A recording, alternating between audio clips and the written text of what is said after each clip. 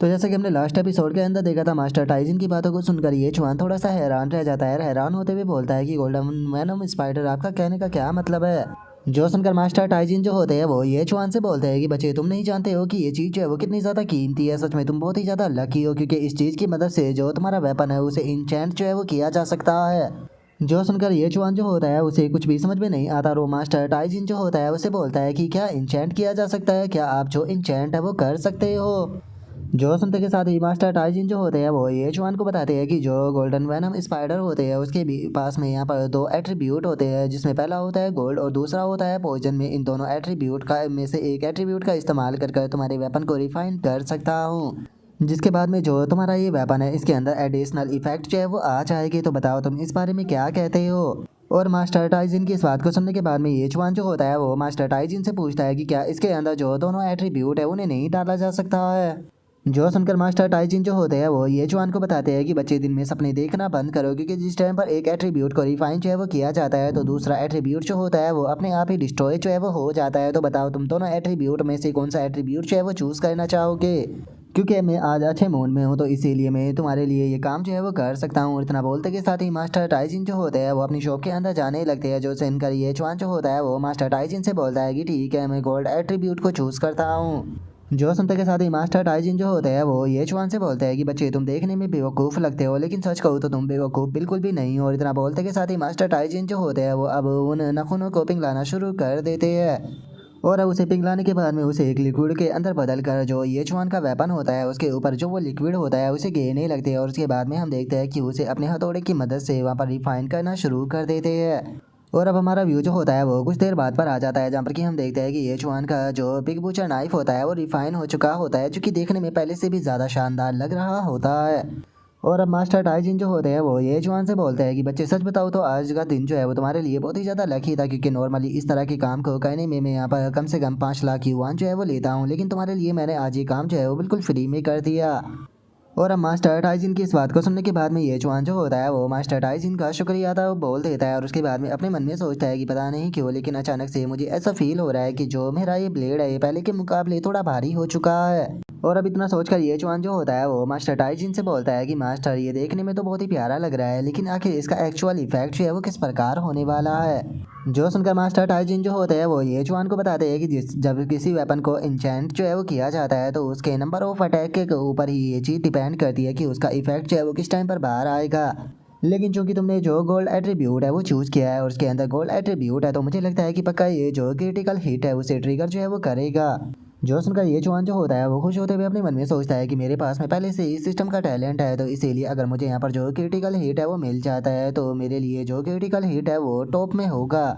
और अब इतना सोचते के साथ ही जो ये जुआन होता है वो वहाँ पर जो अपना ब्लेड होता है उसे इस्तेमाल कर देखने लगता है। और अपने वेपन को इस्तेमाल करते हुए ये जुआन जो होता है वो अपने मन में सोचता है कि अब मैं इसे और बेहतर तरीके से इस्तेमाल जो है वो कर पा रहा हूँ। और ये जुआन के इतना बोलते के साथ ही उसके पास में नोटिफिकेशन आती है, जिसमें कि बताया जाता है कि तुम्हारा पिग बूचर ब्लेड जो है वो इंचांट हो चुका है, जिसका उसकी ब्लीचिंग जो है वो 1% पर पहुंच चुकी है।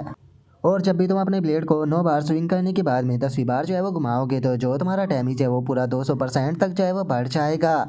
जो देखकर अब ये जुआन जो होता है वो भी बहुत ज़्यादा खुश हो जाता है। और खुश होते हुए जो मास्टर टाइजिन होता है उससे बोलता है कि मास्टर टाइजिन, आपका बहुत बहुत शुक्रिया। अगर फ्यूचर में आपको कभी भी मेरी किसी भी प्रकार की मदद की ज़रूरत पड़ी तो मैं आपको कभी भी मना चाहे वो नहीं करूँगा।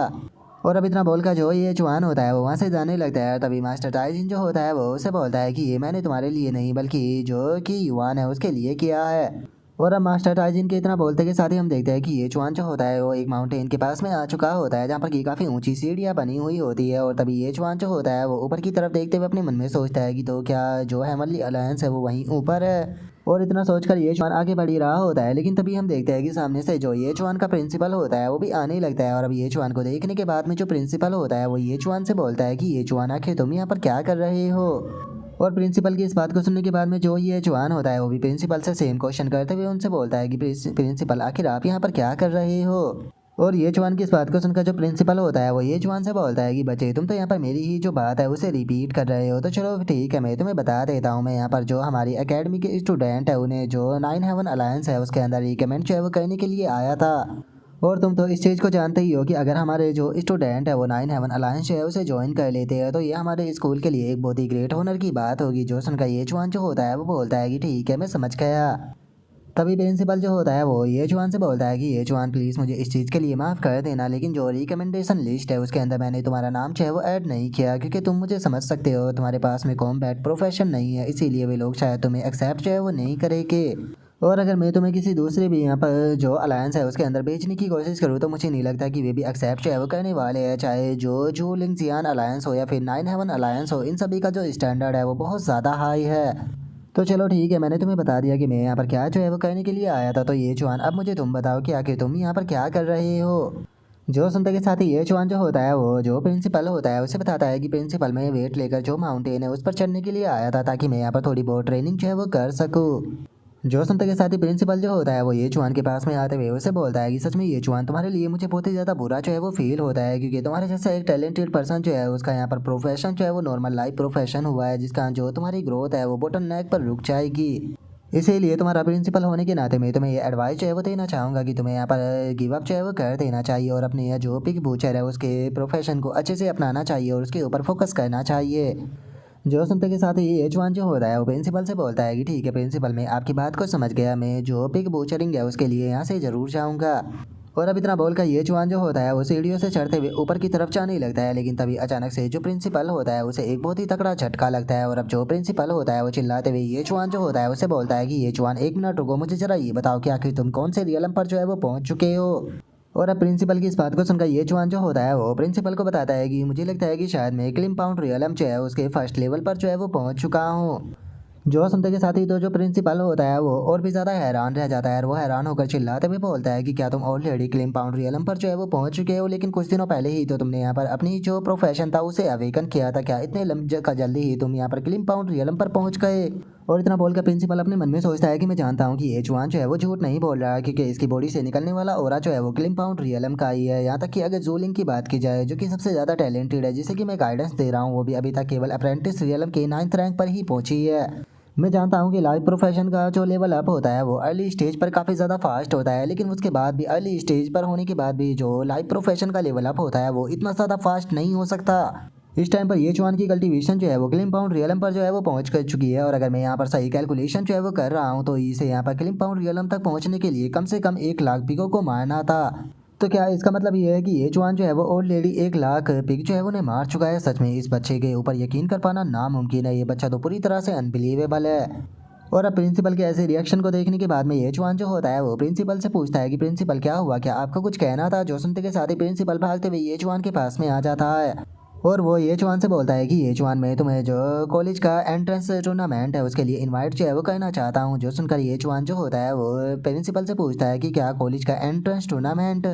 लेकिन प्रिंसिपल मैंने तो उसके बारे में सुना है कि उसके अंदर केवल जो टॉप कॉम्बैट प्रोफेशन वाले टॉप अलाइट होते हैं वही पार्टिसिपेट कर पाते हैं। जो सुनकर प्रिंसिपल जो होता है वो उसे बोलता है कि हाँ तुम्हारी बात सही है, नॉर्मल लाइफ प्रोफेशन वाले बंदे इसके अंदर पार्टिसिपेट नहीं कर पाते, इसीलिए हमने यहाँ पर प्लान जो है वो बनाया था कि हम लोग इसके अंदर जो किंग लोंग और जो जोलिंग है उसे पार्टिसिपेट कराएंगे। लेकिन जो किंग लोंग है कल उसके साथ में कोई दुर्घटना जो है वो हो गई है, जिसका उसकी चेस्ट के अंदर बहुत ही ज़्यादा इंजरी जो है वो आई है और वो अपनी फाइट करने की जो स्पिरिट है उसे भी खो चुका है, इसीलिए मुझे नहीं लगता कि वो पार्टिसिपेट कर पाएगा। और अब प्रिंसिपल के इतना बोलते के साथ ही जो ये जवान होता है वो किंग लोंग के बारे में याद करते हुए अपने मन में सोचता है कि वो मुझे लगता है कि ऐसा इसीलिए वो होगा क्योंकि किंग लोंग के साथ में कल वो इंसिडेंस हुआ था। और ये जवान के इतना सोचते के साथ ही जो प्रिंसिपल होता है वो बोलता है कि मैं जानता हूँ कि जो जिलिंग जो है वो यहाँ पर अपनी स्ट्रेंथ के कारण जो फर्स्ट पैलेस है उसे आसानी से प्राप्त जो है वो कर सकती है, लेकिन जो कंपटीशन है वो टीम पॉइंट पर बेस होता है। तो इसीलिए केवल एक स्टूडेंट से यहाँ पर हम लोग जो है वो टॉप रैंकिंग जो है उसे प्राप्त जो है वो नहीं कर पाएगी, बाकी के सभी यहाँ पर एकेडमी के जो स्टूडेंट है वो टॉप लिस्ट में जो है वो पहुँच जाएगी और जो हमारे स्कूल की रेपुटेशन है उसे हम लोग जो है वो नहीं बचा पाएंगे। क्योंकि ऐसा करने के कारण हम लोग जो है वो यहाँ पर जो सबसे बॉटम की लिस्ट है उसके अंदर जो है वो पहुँच जाएंगे, और सच बता रहा हूँ ये चीज़ जो है वो बहुत ज़्यादा शर्मनाक होगी। और अब प्रिंसिपल की इस बात को सुनने के बाद में ये जवान जो होता है वो प्रिंसिपल से बोलता है कि ठीक है प्रिंसिपल बताइए आखिर आपको मुझसे क्या चाहिए। जो सुनते के साथ ही प्रिंसिपल जो होता है वो ये चुआन से बोलता है कि ये चुआन अगर तुम मेरी बात को मानकर जो ये कंपटीशन है इसके अंदर पार्टिसिपेट करते हो और अगर तुम लोग जो है वो टॉप 3 के अंदर आ जाते हो तो मैं तुमसे वादा करता हूँ कि मैं तुम्हारी एक कोई भी जो रिक्वेस्ट है उसे पूरा ज़रूर करूँगा। और अब प्रिंसिपल के इतना बोलते के साथ ही जो हमारा आज का एपिसोड है वो यहीं पर ही कंप्लीट जो है वो हो जाता है। तो नेक्स्ट एपिसोड के अंदर देखें कि आगे क्या होता है। अगर आप लोगों को वीडियो अच्छी लगी हो तो लाइक करना, चैनल को सब्सक्राइब करना। मैं मिलता हूँ आप लोगों से नेक्स्ट एपिसोड के अंदर, तब तक के लिए बाय बाय गाइस।